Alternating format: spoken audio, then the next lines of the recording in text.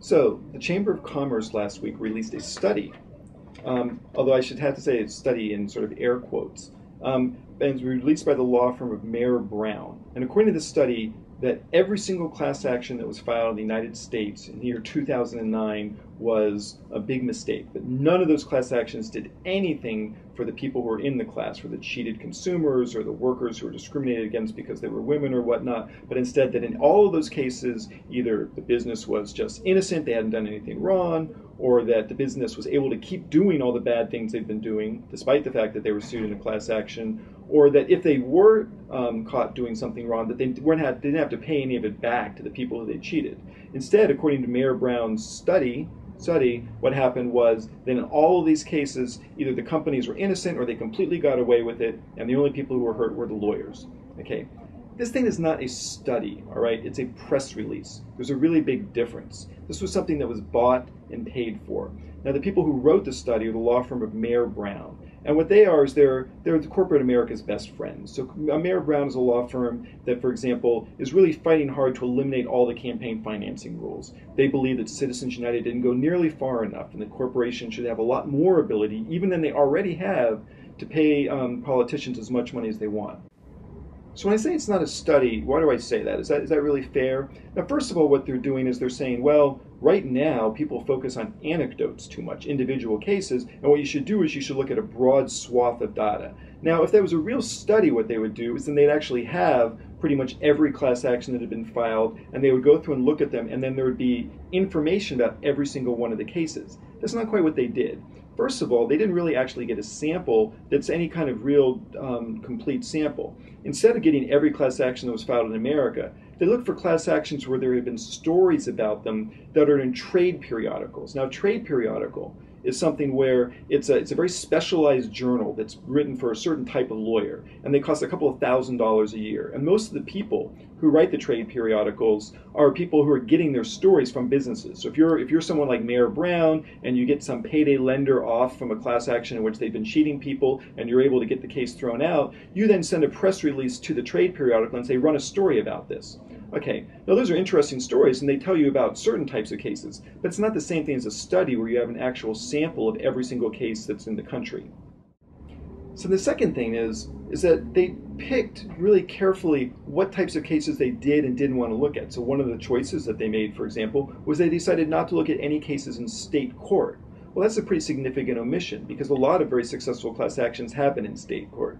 So, for example, in 2013, last summer, my law firm, Public Justice, and several co-counsels were involved in a case where we brought a case called De La Cruz versus Wachovia, where we alleged that this lender was charging people, making charges against people and counting up huge debts against them that were illegal. And the case settled. And the lender walked away from $273 million in debts that were improper. And they also had to clean up and correct people's credit records so that there were no longer $273 million in illegal debts on people's credit records. That's a lot of money to real people. That actually mattered to our clients. It mattered to us. But it doesn't show up in Mayer Brown's study because they didn't want to find things like that. They were looking the other way.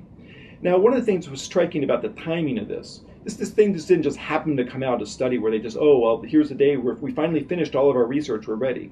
Instead, what happened was, it wasn't a coincidence. It came out the same day that the Consumer Financial Protection Bureau was coming out with the first part of its study dealing with forced arbitration. Now, what forced arbitration is that when you get a credit card or a cell phone or all kinds of different contracts, buried in the fine print of the contract is a term that says you can't sue the corporation no matter what they do to you. They pollute you, they discriminate against you, they cheat you, whatever. You can't sue them in court, but instead you have to go to arbitration with a company that they're going to pick is going to be the arbitrator. No court can ever review it. You have to be by yourself, so you can't join with anybody else. You can't share information with other people. You're just on your own. It's just you. And that there's essentially, the whole thing is basically a secretive system. And so the Consumer Financial Protection Bureau had been told by Congress, well, look into these forced arbitration clauses and see whether they're fair or not.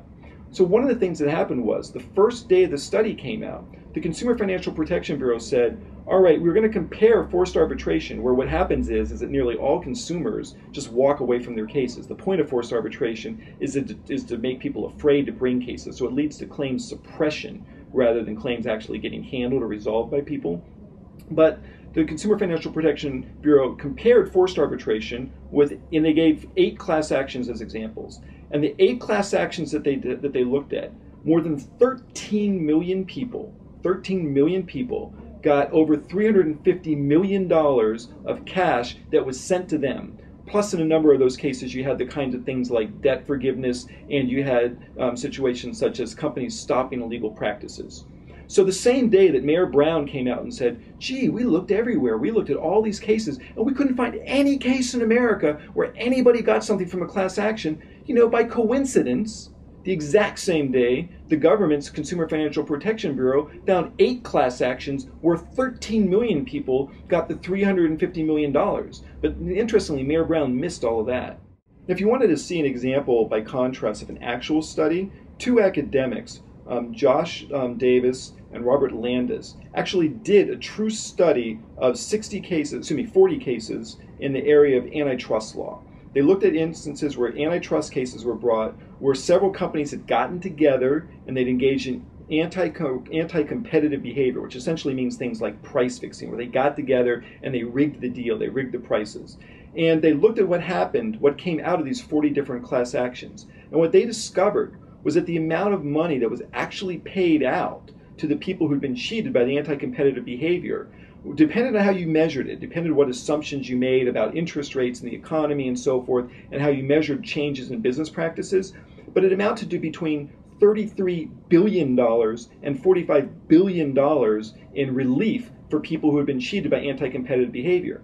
And interestingly, according to Mayor Brown, they couldn't find any class actions that had ever helped anybody. So they missed the $45 billion that this actual study found.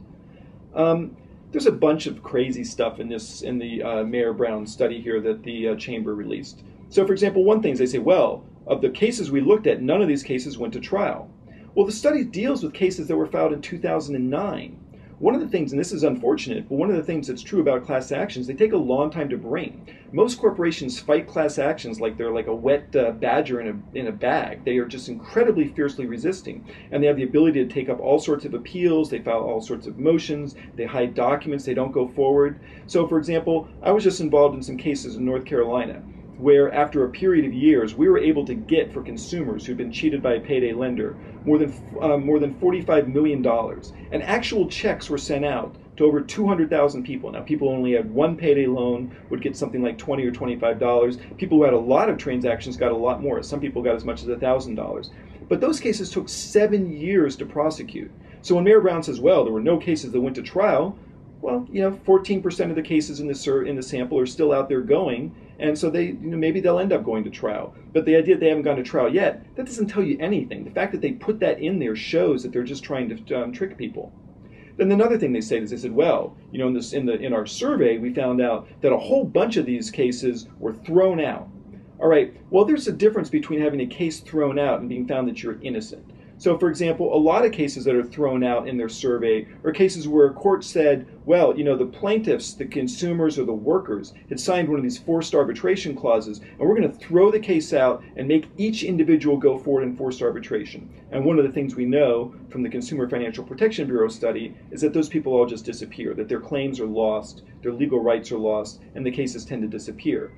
When Mayor Brown says, oh, well, a lot of these cases were thrown out, it's not because the company was innocent. It's more like the company sort of escaped to Mexico, or they were able to repeal the law that said it was a crime to do something. There's a big difference between having a case thrown out because you have a fine print contract that says, even if we cheat you, you can't sue us, and having a case thrown out because you're actually innocent.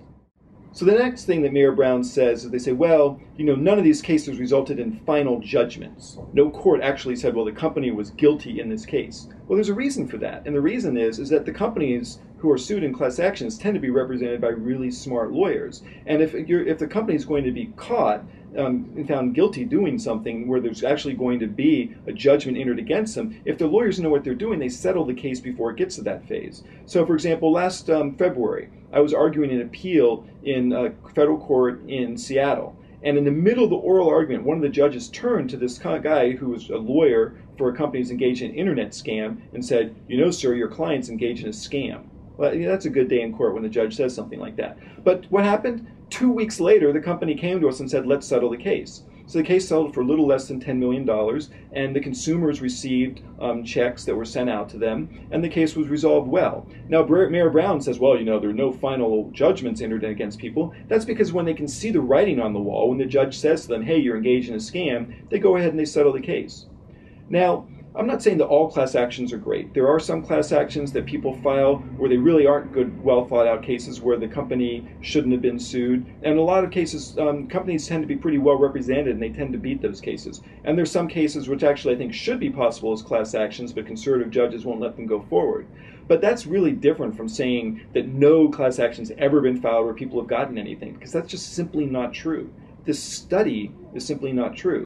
So the upshot of Mayor Brown's study is that they said they couldn't find any class actions. Well, there's a reason for that. And the reason is that they weren't looking for them. You know the old thing about how there's supposed to be 3 monkeys, and one can hear no evil, and one can speak no evil, and one can see no evil? Well, Mayor Brown was paid by the Chamber of Commerce here to be sort of the reverse of the monkey that could see no evil. Instead, what they were told was, take a look at class actions and make sure you see no good. Because from corporate America's perspective, they don't want it to be possible for workers or employees to be able to sue them if they do something wrong. They like the idea that they can just be completely immune from any liability, and that's a much better system for them. So Mayor Brown was looking to try and find that all class actions were bad, and they found what they were looking for. Now, is that the same thing as a study? Is that the same thing as a survey that we're supposed to take seriously? No, there's a different term for it. The real term for something like this is basically it's a partisan hack job. Thanks.